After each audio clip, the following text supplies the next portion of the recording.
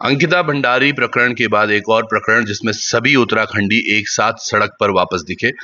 और शुरुआती दौर में अगर बात करें तो वो मोहल्ला जहां से ये सब वारदातें शुरू हुई, एक महिला बिल्कुल सशक्त बन के उनके सामने खड़ी रही, डटी रही और हर चीज का मुकाबला किया। हमारे साथ अभी दीप्ति रावत बिष्ट जी हैं, जिनको आपने पिछले कई दिनों से देख रहे होंगे, लगातार हर मोमेंट में खड़ी, कल गिरफ्तार भी हुई। लेकिन एक छोटा सा मैसेज जो किस तरह से इंटरप्रेट किया गया कि इसमें राजनीति हो रही है, उस पर चर्चा करेंगे। दीदी प्रणाम, पहले तो स्वागत है आपका, बहुत बहुत शुभकामनाएं भी आपको। आपने बहुत प्रयास किया लेकिन ये मूवमेंट कहीं और चला जा रहा है। सबसे पहले तो मैं आपका धन्यवाद करना चाहती हूँ, आपकी टीम का, लोकार्पण की टीम का, जिन्होंने इस मुहिम को अपने उत्तराखंड की मुहिम समझकर एकदम तन मन से आप लोग लगे इसके लिए, उसके लिए आपकी पूरी टीम का बहुत बहुत धन्यवाद। धन्यवाद। तो अब क्या लग रहा है, इसमें कुछ होगा अभी? आपकी जो टीम थी, जो लोग थे, जो खड़े थे सारे, उनको एक ऐसा मैसेज दिया गया कि भैया सरकार की तरफ से सब ठीक हो गया, प्रशासन की तरफ से ठीक हो गया, किस तरह देख रहे हैं इसको? देखिए, इसमें अगर हम तुरंत की चीजें देखें तो ठीक है, अब परिवार के साथ हम लोग उनका जो दुख है उसके साथ हम लोग हैं। उन्होंने अपना बेटा खोया है, लेकिन थोड़ा सा इसमें जहाँ पर मुझे लगता है कि जिस तरह से मैंने आज सुबह अखबार पढ़े कि उनके घर से जो मैसेज आया कि सरकार ने सीएम धामी ने उनको कॉल कर दिया है और जो काऊ जी हैं, यहाँ के विधायक हैं, वो उनके घर पर आ गए हैं। तो मैं बस इतना कहना चाहती हूँ कि अगर वो ये चीज़ें पहले दिन हो जाती तो जनता को सड़कों पे नहीं आना पड़ता। अगर सही चीजें सही वक्त पे हो जाएं तो जनता सड़कों पर क्यों आएगी? लेकिन सरकार झुकी है और प्रशासन जो झुका है, वो इसलिए झुका है क्योंकि जनता सड़कों पर आई। उन्होंने अपना जी जान लगाया और जो वो कर सकती थी वो उन्होंने किया। तो मैं इतना मुझे समझ में आ रहा है कि थोड़ा सा उनके परिवार को भी, जिस परिवार के साथ जनता लगी, जो हमारी बहन है, छोटी बहन जिसने अपना पति खोया, मैं उसके साथ हूँ, उसके दुख में उसके साथ हूँ, तो उनको भी इस बात को समझना चाहिए। क्योंकि मुझे याद आ रहा है वो अंकिता भंडारी का प्रकरण, एम्स का वो माहौल, जो लोग वहां पर थे जब पोस्टमार्टम हो रहा था, और उसके बाद जब अगले दिन श्रीकोट में अंतिम संस्कार होना था, उससे पहले फिर से पोस्टमार्टम की बात हो रही थी, तो हजारों की संख्या में वहां पर भी लोग थे। और अंत में जब अंकिता के पिता बाहर आए थे तो मुझे आज भी वो वक्तव्य अपना याद है कि मैंने कहा था ये उत्तराखंड की बेटी है। आज वही एक बात फिर हुई है कि उत्तराखंड का बेटा है जिसके लिए लड़ाई लड़ी जा रही है। आपने बिल्कुल सही कहा, अगर ये पहले दिन हो जाता, अ stitch in time saves nine, बहुत पुराना एक स्लोगन है, शायद अगर वो टांका पहले लग जाता तो could have been a possibility. लोग तारीफ कर रहे होते धाकड़ धामी जी की या फिर काऊ विधायक की, तमाम लोगों की भी, कि भाई समय पे आ रहा है और सारी चीजें अच्छी हो गई, गिरफ्तारियां बढ़िया हो गई, पुलिस का अच्छा काम है। पर ये तमाम चीजों को लेकर अब 4 दिन बवाल होने के बाद फिर अब उनके परिवार को लगता है कि सब कुछ बहुत अच्छा हुआ है, जबकि वो पहले दिन एक दिन बोल रही थी कि पुलिस के पास सर्च ये नहीं था, वो नहीं था।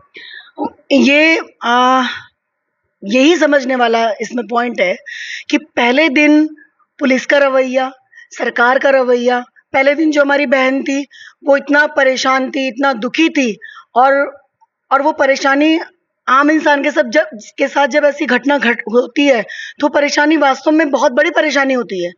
कि मुझे उसका वो वीडियो ध्यान आ रहा है कि वो कह रही थी कि उनके पास वो टॉर्च से उसके पति को ढूंढ रहे थे, और जो उसका मोबाइल था वो 1 किलोमीटर का सर्विलांस बता रहा था कि वो 1 किलोमीटर के दायरे में है, लेकिन वो फिर भी उसको वक्त पे नहीं ढूंढ पाए। तो जो खामियां हैं, जो पुलिस की खामियां थी, उन खामियों को समझने की बजाय, जो सरकार की खामियां थी उन खामियों को समझने की बजाय, उन पे काम करने की बजाय, आज दूसरा नया ही मैसेज जो है वो जनता के सामने रखा जा रहा है। और मैं तो साफ कहती हूँ कि वो मैसेज केवल और केवल गोदी मीडिया का है, जिसको गोदी मीडिया नाम दिया गया है। उसमें बिल्कुल मतलब सटीक बैठा है वो, मतलब जो उन पे नाम है ना, वो उन्होंने काम करके आज सुबह दिखा दिया है अखबारों में। और मैं तो ये भी मानती हूँ कि जो परिवार होते हैं, इस तरीके के जो परिवार होते हैं जिनके साथ ऐसी दुखद घटनाएं घट जाती हैं, वो परिवार बहुत मासूम परिवार होता है, बहुत ही मासूम। 4 दिन बाद आप उनके घर में जाकर के आप उनके मुंह में ऐसी बातें डालते हैं, मुझे कहीं ना कहीं ये भी लगता है। बिल्कुल नहीं। अब मूवमेंट्स, चलो मैं ये बोल रहा हूँ, आप किसी पार्टी से नहीं है, कोई और लोग कोई पार्टी से नहीं है, जितने लोग थे उनमें अगर चंद चेहरे कुछ वो भी हैं जो किसी पार्टी या दल विशेष से राजनीतिक रखते हैं ताल्लुकात, पर उन्होंने कोई हैंड अपना होर्डिंग बैनर तो लगाया नहीं था कि भैया ये तुम राजनीति कर रहे हो या चीजें इस तरह से हो रही हैं। उसके उपरांत ये तमाम चीजें आने का मतलब ही नहीं था। देखिए, कोई भी राजनीतिक दल जब ऐसे प्रकरण में आता है, वो बिना अपने चुनाव चिन्ह के, बिना झंडे डंडे के आपके साथ खड़ा है, तो आप उसे कैसी राजनीति कहेंगे? वो जनता की राजनीति होती है, वो कोई चुनावी राजनीति नहीं होती है।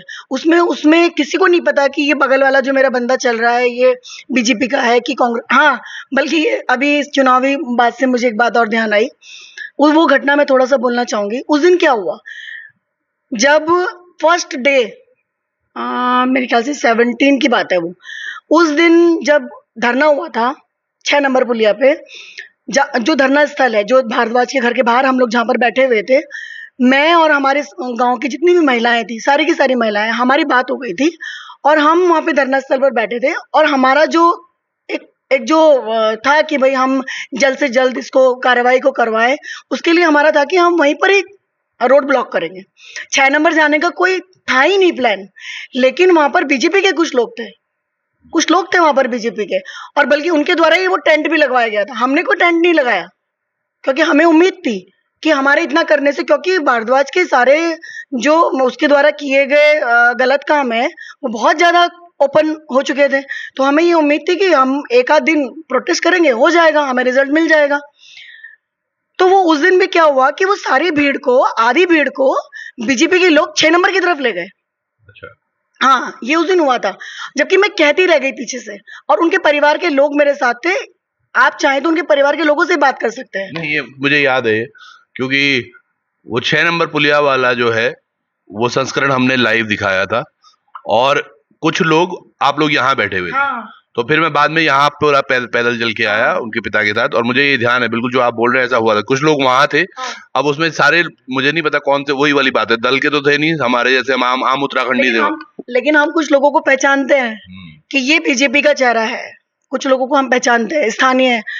तो वो कुछ लोग जो हैं, वो जब लोगों को 6 नंबर की तरफ ले गए, मैंने उन्हें रोकने की बहुत कोशिश करी। मैं आपको ये 17-18 तारीख की बात बता रही हूँ, जो हुई थी पहली घटना। और उनके ही परिवार के लोग थे, उन्होंने कहा कि नहीं नहीं नहीं, यहाँ नहीं बैठना है, अब वो 6 नंबर चलेगा, अब आप लोग भी 6 नंबर चलिए। और बहुत सारी इमोशनल उन्होंने बातें करी कि भाई उसका 5 साल का बच्चा है, वो कैसे पालेगी। और इवन सवाल सही थे वो, मैं ये नहीं कह रही हूँ कि वो गलत कह रही थी, वो बिल्कुल सही कह रही थी उस टाइम पे। और कोई भी माँ है, उसको बहुत चिंता होगी कि उसका भाई इतना छोटा सा बच्चा है, वो उसका पालन पोषण कैसे करेगी। तो कई सारी चीजें थी, तो हमें लगा कि वहां जाकर के थोड़ा और ठीक से हो जाएगा। ठीक है, कुछ लोग चले गए तो हम भी चलते हैं।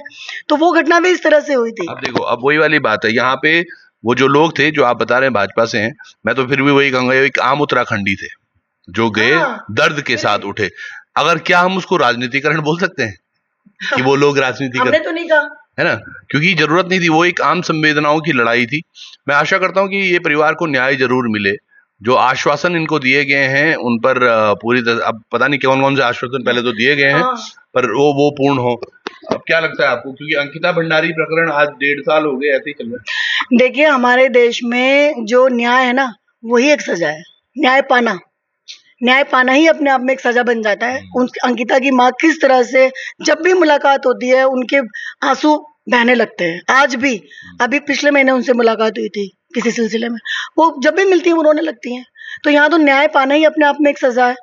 और मासूम परिवार में इसीलिए कह रही हूँ कि क्योंकि हम लोग तो देख रहे हैं, समझ रहे हैं चीजों को कि किस तरह से लोगों के साथ धोखा हो जाता है, छूट जाते हैं लोग, ऐसा कुछ नहीं है। अब क्या दीप्ति और उनकी जो टीम है, या जो लोग सारे आपके साथ जुड़े हुए थे, जो आपके गांव के लोग हैं, खासकर मातृशक्ति को मैं देख रहा हूँ, सब कोई आपके साथ चल रहे हैं, अब क्या रहेगा आपका आगे का टेक? देखिए, रवि के परिवार के हिसाब से तो उनको न्याय मिल गया है। जो मैंने स्टेटमेंट पढ़ी है वो संतुष्ट हैं, और ठीक है, बहुत अच्छी बात है। लेकिन वो जहाँ ये क्राइम करता था, जहाँ का वो रहने वाला था, वहाँ पे लोग हैं, स्थानीय लोग हैं, और वो बहुत डरे हुए हैं और उनको बहुत डर है, क्योंकि उन्होंने भी देखा है। अभी कुछ टाइम पहले पंकज ने, जब हम लोगों ने शराब ठेके का आंदोलन किया था, जब ये शराब का ठेका बन रहा था 6 नंबर वाला, तो पंकज जो मर गया, जो यहाँ का सो कॉल्ड डॉन था, बहुत बड़ा छुड़भैया ही था वैसे, तो वो मर गया। और वो किस तरह से आंदोलन खत्म हुआ और किस तरह से यहाँ पर जो है नशे का कारोबार चल रहा है, जिसकी वजह से क्राइम लगातार बढ़ता जा रहा है इस क्षेत्र में। तो अब देखेंगे, बात करेंगे उन लोगों से, मैं बात करूंगी, उनका सबका जो निर्णय होगा, सारे गांव वालों का जो निर्णय होगा, उस निर्णय के हिसाब से मैं आगे काम करूंगी। चलिए, बहुत बहुत धन्यवाद। और परिवार को कुछ कहना चाहेंगे, क्योंकि एक ही परिवार नहीं है यहाँ पे, हाँ, 2 और भी ऐसे हैं जो बच गए इस घटनाक्रम में, उनके साथ किस तरह से देख रहे हैं आप? देखिए, वो भी अपना ख्याल रखें, वो परिवार भी अपना ख्याल रखें। और बस वो परिवार की बात आई तो एक बात और मुझे ध्यान आई कि सुबह मैंने अखबार में पढ़ा था कि जो घायल लोग हैं, उनके परिवारों ने भी मुआवजे की कोई डिमांड नहीं करी। ऐसा रवि बड़ौला के परिवार वालों का कहना था, ऐसा घायल परिवार वालों का कहना नहीं था, उनका कोई मुझे स्टेटमेंट लगता नहीं है है। घायल परिवार से तो अभी कोई मिला भी नहीं होगा। नहीं, घायल परिवारों को तो चलिए, जो हमने डिमांड करी थी, नहीं, पर कोई मिला है किससे? सरकार की तरफ से, प्रशासन की नहीं तरफ से? नहीं घायल परिवार नहीं, उनसे उनसे कोई नहीं मिला। उनकी तरफ से मैं ही गई थी वहां उनके लिए। इसीलिए लग रहा है उनको आप राजनीति कर रहे हैं। कोई बात नहीं, अगर जनता की राजनीति करना, जनता के हक के लिए बोलना, राजनीति करण का नाम आप इसे दे रहे हैं तो बेशक दें।